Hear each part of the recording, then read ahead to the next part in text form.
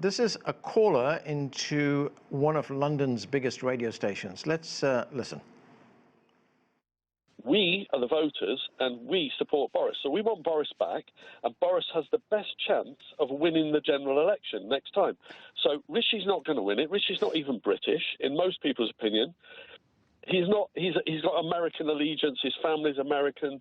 They're Indian business people. He'll go and live in America, no doubt. He doesn't love England like Boris does.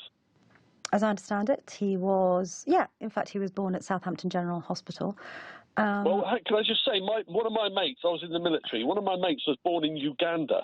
He's white as the driven snow, and he's English as English can be. He's not African, is he?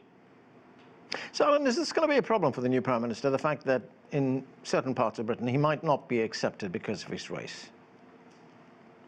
I think, broadly speaking, the UK has a really good story to tell about acceptance of politicians from ethnic minorities, and I think it's a really, really positive thing that we see with Rishi Sunak, that he probably would have won with the Conservative Party membership.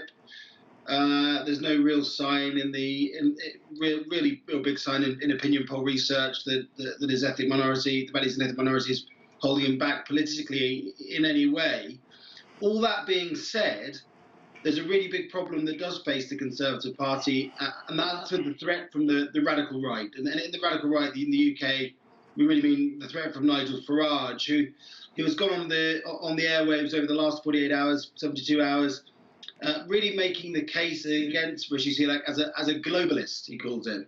And I think there's potentially a bit of a problem for the Conservative Party opening up on its radical right flank. It's done a very good job over the last 5, 6, 7 years of absorbing all of the right of politics, and I think that some of the tendencies you're talking about could be fed upon by more extremist politicians, could be utilised for the benefit of populists and so on. So, although broadly speaking, I wouldn't necessarily say, I would say that caller is certainly atypical of the British public. It does reveal something that could be tapped into by certain politicians and certain political parties.